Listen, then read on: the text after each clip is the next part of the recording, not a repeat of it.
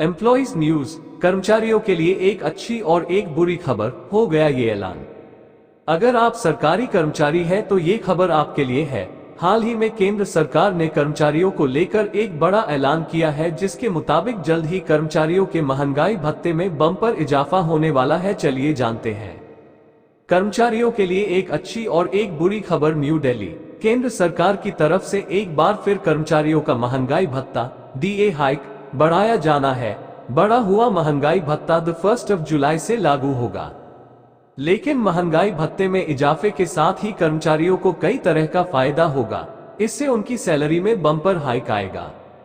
दरअसल सरकार की तरफ से महंगाई भत्ता बढ़ाने के साथ ही अन्य भत्तों में भी इजाफा होता है। कर्मचारियों और पेंशनर्स को इसका फायदा जुलाई 2023 से मिलना शुरू होगा। हालांकि इसको लेकर अभी घोषणा नहीं की गई है। PF और ग्रेच्युटी में भी उछाल आएगा। कर्मचारियों को 1 जुलाई से जिन भत्तों का फायदा मिलेगा उनमें ट्रेवल अलाउंस और सिटी अलाउंस शामिल हैं। इसके अलावा महंगाई भत्ता बढ़ने पर प्रोविडेंट फंड और ग्रेच्युटी में भी उछाल आएगा। कर्मचारियों का महंगाई भत्ता 42 से बढ़कर 46% होने की उम्मीद है। जानकारों का कहना है DA बढ़ने का असर ट्रेवल अलाउंस पर भी पड़ेगा।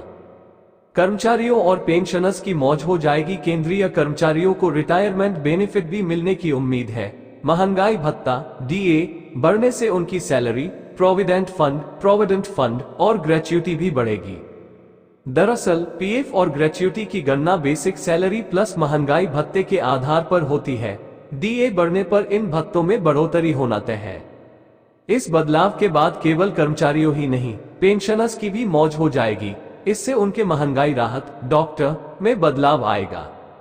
महंगाई राहत बढ़कर 46% होने की उम्मीद। महंगाई भत्ते के साथ महंगाई राहत भी लिंक होता है। कर्मचारी की सेवानिवृत्ति के बाद यह महंगाई राहत DNS रिलीफ के तौर पर मिलता है। महंगाई राहत भी 42% से बढ़कर 46% होने की उम्मीद है।